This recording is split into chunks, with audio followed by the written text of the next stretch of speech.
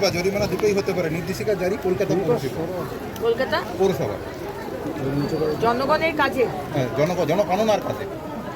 হ্যাঁ, জনগণনার কাজ। আমাদের যে সেন্সাস হবে সেখানে তো সবাইকে হাত লাগাতেই হবে। এটা বিশাল একটা কাজ, বিশাল কাজ, বিশাল মানে তার মানে যে এত মানুষের যে এবং তার কি পুরো বিষয়গুলো লেখার তোলা, সে তো বিরাট কাজ, কিন্তু করতেই হবে।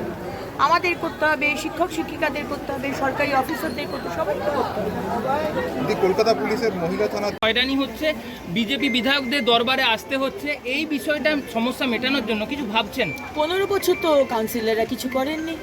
15 বছর তো টিএমসির কাউন্সিলররা সিন্ডিকেট চালিয়েছে। কিন্তু আজ সকালেও আমি ক্যালকাটা বয়েজের একটি অনুষ্ঠানে গেছিলাম, সেখানে প্রিন্সিপাল বললেন সোনারপুরে যে কাউন্সিলর, সে বলেছিল নতুন স্কুল তৈরি হচ্ছে, যে 35 লাখ টাকা দিতে হবে। আগে 35 লাখ টাকা দেবেন, তারপরে স্কুলের ইট ফেলতে দেব। তো এই তো তারা করে এসছেন, অসুবিধা কী আছে? মাননীয় মুখ্যমন্ত্রী বলে দিয়েছেন প্রত্যেকটা বড় অফিসে বিধায়করা বসবেন, সেখান থেকে যা লাগবে, আধার কার্ডের ফর্ম, ইনকাম সার্টিফিকেট, যা কিছু সই করার বিষয়, রেসিডেন্সিয়াল, এই যে আমাদের আজকে নতুন অফিস করেছে।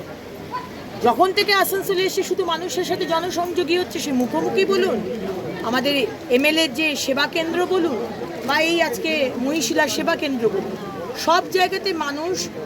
আর আমরা টাকা নিই না, সাইন করতে আগে টাকা নেওয়া হতো, আমরা কিন্তু টাকা নিই না, আমরা কিন্তু বিনামূল্যেই করি, কারণ এটা আমাদের কাজ, এটা আমাদের আশীর্বাদ যে আমরা করতে পারছি এই কাজটা, এটা আমরা মনে করি এটা আমাদের আশীর্বাদ।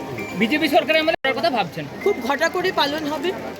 আমাদের ইস্কনের যে মন্দির আছে, তারা যে বুধা থেকে শুরু করবেন, সেখানে আমি থাকব। সকালবেলাতে রানীগঞ্জের যে রানীমা, যে রাজবাড়ি, সেখানে আমি উপস্থিত থাকব সকাল 9টা সাড়ে 9টার মধ্যে। এবং তারপরে টিরাটে আমাদের যে বাবার যে ওখানে আশ্রম আছে, শিবানন্দ আশ্রম, সেখানেও আমি দুপুর 3টের সময় থাকবো।